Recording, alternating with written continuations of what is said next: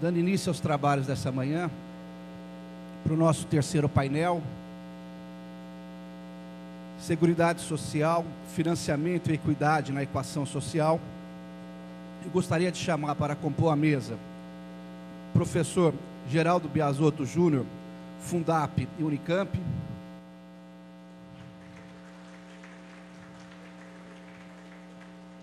Professor Eduardo Fagnani, Unicamp.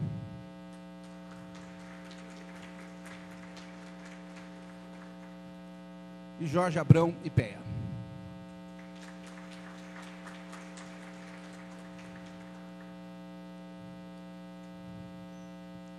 Seguindo a mesma dinâmica de ontem, depois das apresentações vai estar aberto ao público questões que deverão ser encaminhadas à mesa por escrito.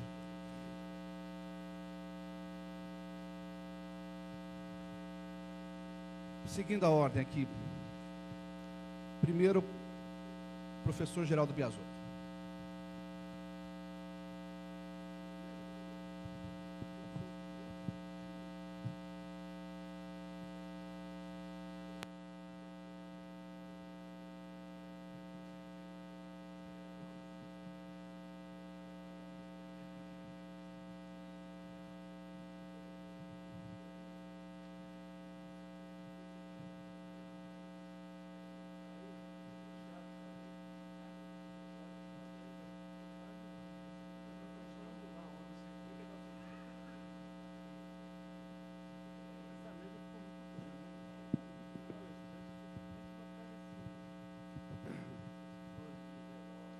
Bom, eu queria agradecer.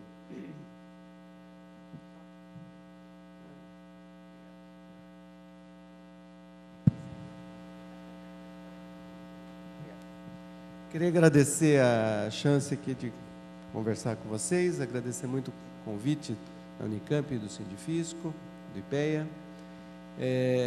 Eu, na verdade, vou traçar aqui algumas linhas bastante gerais, tentando buscar o conjunto da seguridade e um pequeno balanço de avanços e retrocessos e questões, creio eu, um pouco mais até conceituais e de estrutura, para que a gente tenha um pouco de animar um pouco o debate e que a gente consiga aí discutir um pouco como é que vai o futuro da nossa seguridade.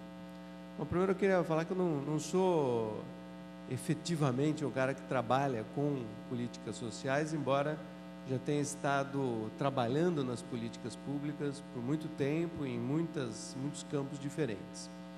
Então, francamente, eu tenho uma abordagem que não é incisivamente de defesa da Seguridade Social, mas é de tentativa de trabalhar os vários campos da política pública, dando um valor em especial para a seguridade, porque, na verdade, se trata do que o Estado em geral, do jeito melhor que a gente pode compreendê-lo, talvez, é o Estado que consegue favorecer o que é desfavorecido, né? Ou viabilizar que a situação social dos que têm menos posses, têm menos equipamento social, que ela seja melhorada e que ela ganhe consistência tanto no presente quanto no tempo.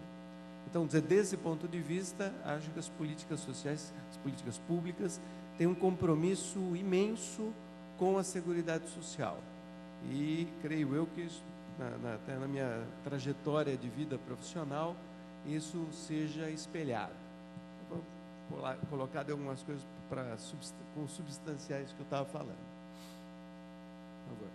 Bom, então, primeiro eu queria traçar um breve panorama aí de como é que nós temos hoje, como a gente poderia olhar hoje a seguridade. Vou passar um pouco pelos distintos setores que a gente tem na seguridade e tentar fazer alguns comentários sobre eles. Uma coisa que eu acho que é muito relevante, como a gente está também num seminário que é muito da área de financiamento, é o fato de que a gente hoje tem pelo pelo menos um marco institucional para discutir financiamento de saúde. E aí um pouco, voltando ao que eu vinha falando antes, né? Eu como professor até de política fiscal e de setor público, deveria ser intrinsecamente contra o processo de vinculação de receitas a gastos, né?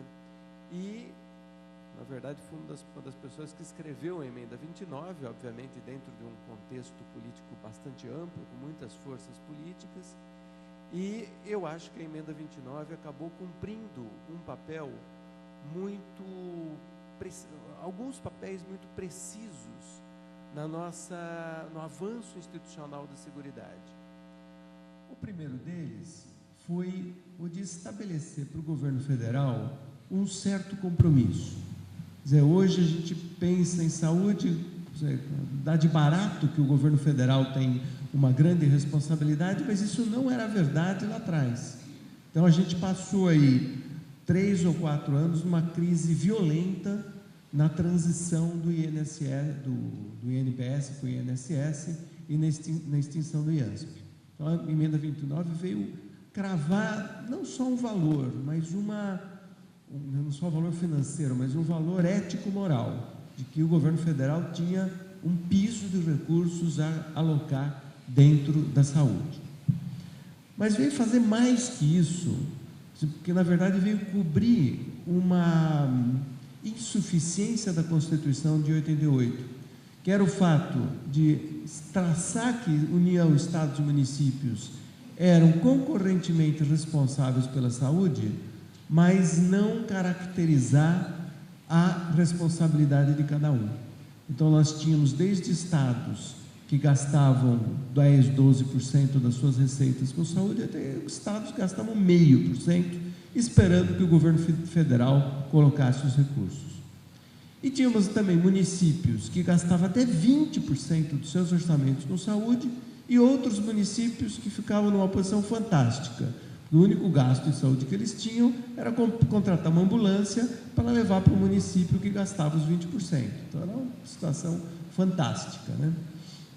Bom, isso acho que a emenda 29 também conseguiu colocar como um ponto central. Então, o debate da ciência política, das políticas públicas, acabou trazendo para dentro dele compromisso do governo federal com o piso, o compromisso dos estados com a aplicação dos recursos, que antes não era claro, o compromisso de todos os municípios com o financiamento da saúde, que também não era absolutamente opaco na situação anterior. Então, muitas vezes as pessoas começavam a discutir comigo, não, mas veja bem, a merenda até hoje ninguém sabe se é da educação ou não, no Rio Grande do Sul é educação, em São Paulo não é educação.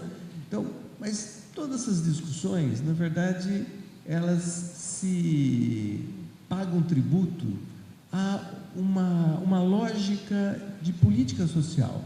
Então, hoje a gente já tem uma lógica instalada. Pode ser que a gente ponha ou não ponha saneamento, ponha ou não ponha saúde na praia, limpeza de praia, mas tem uma diretiva, né, de que o Estado tem uma responsabilidade profunda com a questão do financiamento da saúde e, felizmente, para especificar esse direito, eu acho que nada melhor do que um locutor de rádio que às 7 horas da manhã vai para a fila e coloca o microfone na boca das pessoas reclamando da fila e da falta de atendimento.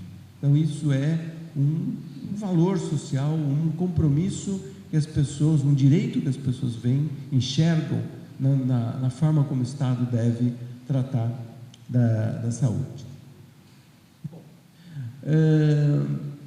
Equidade também é um tema, especialmente em saúde, de uma complexidade fantástica, né? E, evidentemente, a gente tem um sistema em construção e a equidade, eu acho que ainda a gente está longe de consegui-la.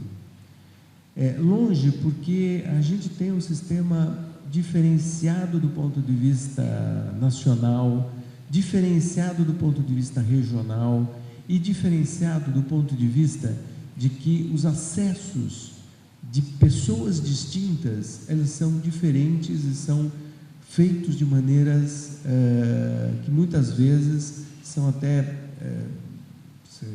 se dá gente passa na frente numa fila, né?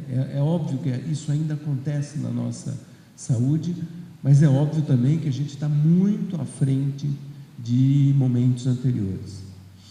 E eu queria pontuar uma coisa que eu acho que é muito relevante dentro do nosso sistema. Poucos países do mesmo nível do Brasil podem dizer que uma pessoa pobre pode sonhar com fazer um transplante ou ter uma cirurgia cardíaca. No Brasil, essa chegada dessa pessoa, mesmo que sem nenhuma posse, à condição de fazer um transplante, ela é possível. É possível e muitas vezes ela acontece. Tem momentos onde a pessoa, no meio do caminho, ela morre antes de conseguir chegar a esse tratamento de alto custo. Tem situações que sim, é lógico. Mas em outros países do mundo, essa pessoa nem sonharia com isso. Ela vai morrer durante o processo da sua doença.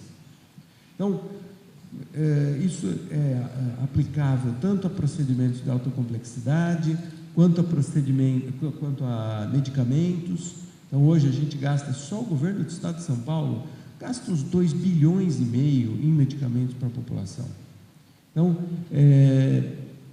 a gente tem aí um sistema que, de um lado, a gente pode dizer que ele é fragmentado do ponto de vista do tipo de acesso que ele dá para a população, mas, por outro lado, ele é um sistema que proporciona oportunidades que poucos sistemas no mundo conseguem proporcionar. No caso do transplante, por exemplo, o Brasil é o segundo país do mundo, só atrás dos Estados Unidos. Bom, temos problemas sérios, inclusive, na relação com o setor privado. Então, nós temos interpenetrações e formas de relacionamento entre o setor público e o setor privado que são complexas e que muitas vezes resultam em apropriação do recurso público pelo setor privado. É o caso de vários planos de saúde que, num determinado momento do tratamento de saúde do seu cliente, né, do seu segurado, ele repassa essa pessoa ao setor público. Então, no fundo, isso não é um desastre do ponto de vista geral, mas o desastre é que a mediação de como essa relação entre público e privado se dá, ela não acontece pela organização do sistema, ela acontece lá embaixo, na hora que um plano de saúde consegue deslocar um paciente seu para dentro da área pública. Então, isso acaba contaminando o sistema e levando a gente a deseconomias e ineficiências muito sérias dentro dessa estrutura que é o Sistema Único de Saúde. Bom, notar vocês que, evidentemente, esse é um sistema que ganhou fôlego e ganhou dimensão nos seus momentos iniciais em cima de uma luta muito específica, que era uma luta quase que municipalista, né? Então, todos os primórdios do SUS, eles foram construídos por elementos novos que surgiam nos municípios e que davam uma dinâmica que era muito própria das capitais, de alguns municípios grandes, que eram especialmente inovadores. São Paulo também foi importante, a Secretaria de Estado de São Paulo até foi importante, com os SUDES, mas havia uma dinâmica política municipalista. Era uma dinâmica que foi muito importante nos momentos do nascedor e na construção do SUS,